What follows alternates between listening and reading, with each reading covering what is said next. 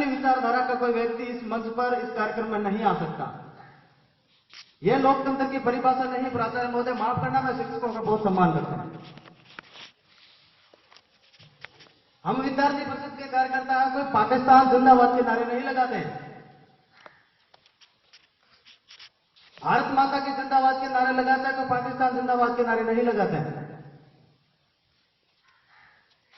ये मैं नहीं, अपने एजुकेशन कमिश्नर ने कहा है कि कोई प्रिंसिपल या कॉलेज प्रशासन किसी विचारधारा का हवाला नहीं दे सकता इस विद्यालय में अतिथि बुलाने को लेकर। इस शिक्षा के मंदिर में किसी विचारधारा का हवाला देकर एक शिक्षा के मंदिर में ऐसी परंपरा, ये प्राचार्य महोदय ठीक नहीं। इस परंपरा को हम कभी स्वीकार नहीं करेंगे।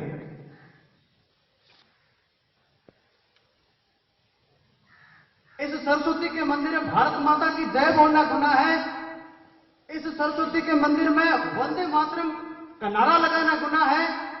शिक्षकों का सम्मान करना यदि गुनाह है, सरस्वती की पूजा करना यदि गुनाह है, तो सबसे बड़े गुनाहगार होने में हम कतई गर्व महसूस करेंगे। केवल 2 मिनट का समय लूंगा। अतिथि यहां विराजे। मैं कोई ऐसी बात नहीं करूंगा जिसको आपको शर्मिंदा होना पड़े। इस देश में जिस विचारधारा की ये लोग बात कर रहे हैं, मैं कहता हूं इस देश में 3 तरह की विचारधाराएं सन 1925 में शुरू हुई। मेरी बात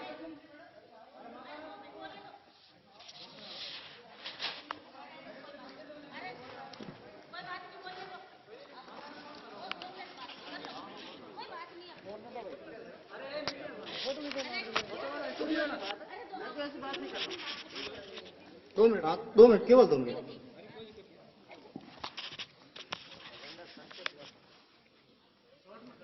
हाँ,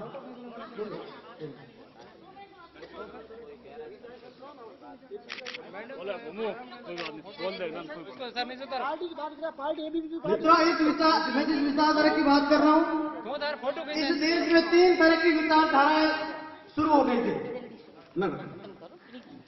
पहली विचारधारा वो थी जो इस देश में चाइना की जय जयकार कहता है, जिसको हम कम्युनिस्ट और जो लाल सलाम के नाम से हम लोग जानते हैं, जिसका भारत माता का, उस भारत माता के जयकार से कोई लेना देना नहीं है।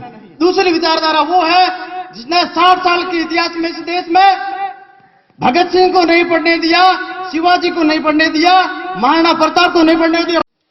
60 साल के इतिहास में मित्रों, यदि उसने भारत माता के इतिहास को पढ़ाया होता, महाराणा प्रताप को पढ़ाया होता, शिवाजी को पढ़ाया होता, भगवान श्री राम को पढ़ाया होता, भगवान श्री कृष्ण को पढ़ाया होता, तो मजा ला किसी आमिर खान की देश सुरेश बांध देश में।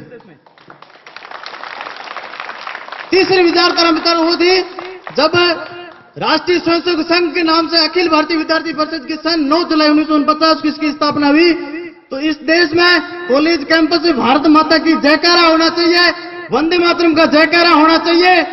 इस जब इस देश में विपत्ति पैदा हुई है, जब इस देश पर ऐसी कोई चुनौती सामने खड़ी हुई है,